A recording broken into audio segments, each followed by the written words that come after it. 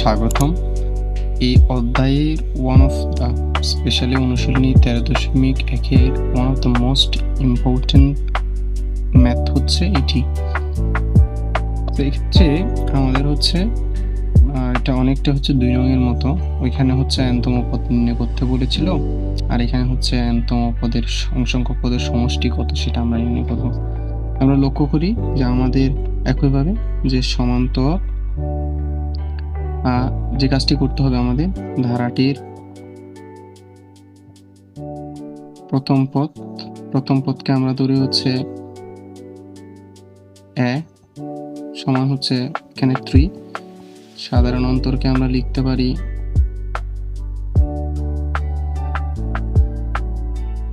d সমান লিখতে পারি 5 - 3 সমান হচ্ছে 2। সো আমরা কি করতে পারি এরপরে, এখন আমরা এই কাজটি করতে পারি এভাবে যে আমরা ধরি n সংখ্যক পদের সমষ্টি হচ্ছে কত, n সংখ্যক পদের, অর্থাৎ এখানে প্রথম লেখাটা যৌক্তিক, কারণ প্রথম থেকেই তো সমষ্টিটা হয়। পদের সমষ্টিকে আমরা ধরতে পারি সমান হচ্ছে কত, 360, বা প্রথম n সংখ্যক পদের সমষ্টি আমরা লিখতে পারি n/2 2a plus n-1 into d সমান হচ্ছে 360। n এর মান হচ্ছে আমাদের যেহেতু নাই, আমরা nটাকে রাখবো এবং এই 2টাকে এখানে পক্ষান্তর করে দিতে পারি। যেহেতু এটা ভাগ অবস্থায় আছে, এটা হচ্ছে গুণ হবে।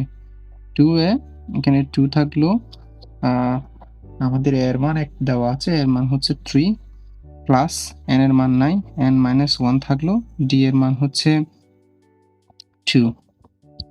তো আমরা n এর মান রাখলাম 3 দুগুণে 6 হলো, প্লাস 2 দিয়ে এখানে n কে গুণ করব 2n হবে, 2 দিয়ে 1 কে গুণ করব মানে -1 কে 2 একে 2 হবে। এটাকে আমরা ব্র্যাকেটে আবদ্ধ করলাম।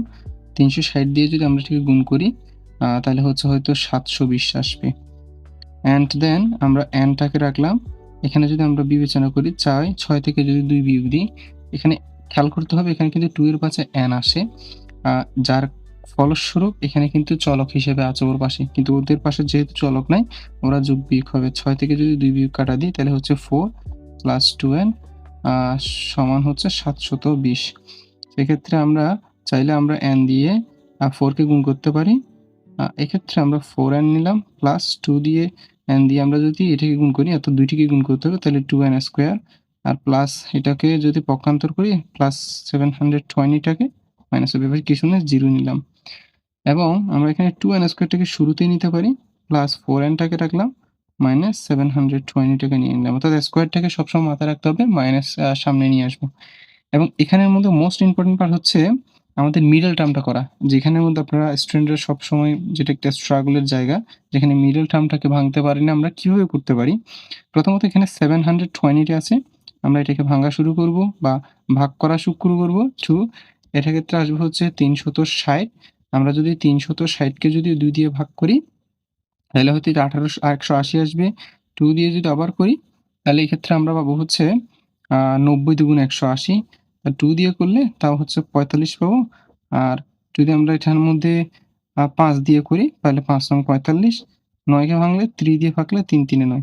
এখন এখানে একটা বিষয় লক্ষ্য রাখতে হবে, যদি আমাদের এই স্কোয়ারের সামনে কোনো মান থাকে তাহলে সেটাকেও কিন্তু এখানের মধ্যে আমরা ধরবো, তাহলে এক্সট্রা আমরা একটা 2 পেলাম। এখন আমাদের এমন দুটি মান তৈরি করতে হবে যেটির যোগফল অথবা বিয়োগফল হবে 4n।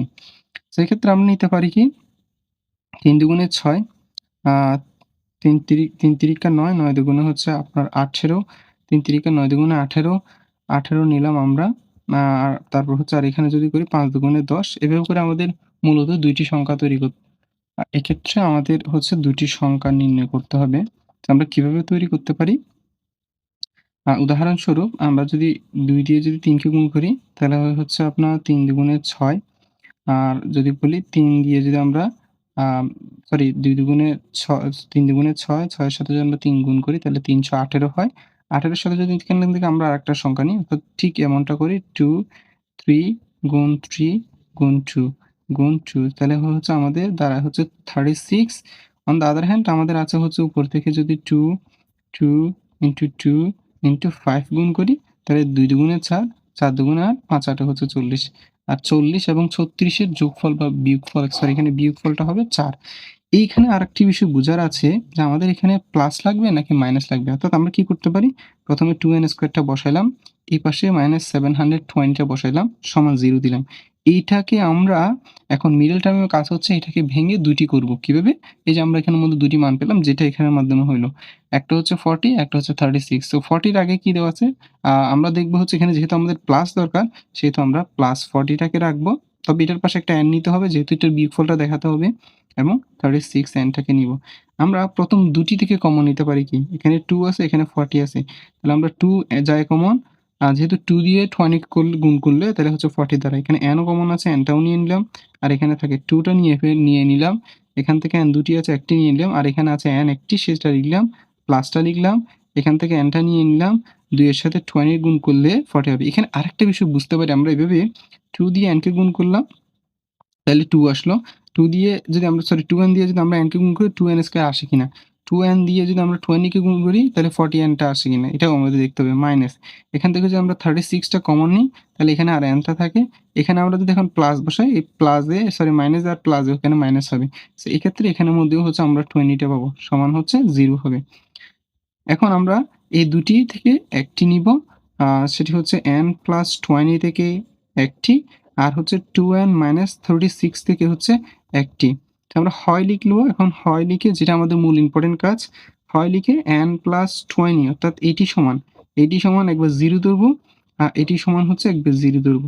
20 সমান 0, n সমান বা n সমান হচ্ছে -20।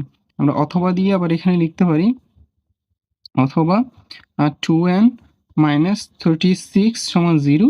তাহলে আমরা হচ্ছে এখানের মধ্যে 2n টাকে রাখতে পারি, বা -36 কে পক্ষান্তর করে +36, n টাকে রাখলাম, 36 কে ভাগ করব 2 দিয়ে, তাহলে সুতরাং n এর মান দাঁড়াবে 18। এখন সুতরাং যদি বলে আমাদের n এর মান কত, তাহলে n এর মান হচ্ছে 18, অর্থাৎ 18 সংখ্যক পদের সমষ্টি হচ্ছে আ আমাদের n। এখন এটি নিব না কেন? যেহেতু এটি একটি মাইনাস মান, এখানের মধ্যে ঋণাত্মক মান গ্রহণযোগ্য হয় না ইন জেনারেল। কেন হয় না? কারণ n এর মান কখনোই ঋণাত্মক হতে পারে না, এজন্যই। তো এখানের মধ্যে যাদের ক্ষেত্রে যদি কোনো প্রশ্ন থাকে অবশ্যই আপনারা কমেন্টে জিজ্ঞেস করবেন, এবং যদি যদি আপনাদের বোঝার ক্ষেত্রে বোঝার ক্ষেত্রে যদি কোনো সমস্যা হয় তাও আপনারা জিজ্ঞেস করবেন, এবং ভিডিওটি চাইলে আপনারা আবার দেখতে পারেন। তাহলে আপনারা আই হোপ এটা ক্লিয়ার হয়ে যাবে। এই তো এটাই হচ্ছে আ আপনাদের এতটুকুই।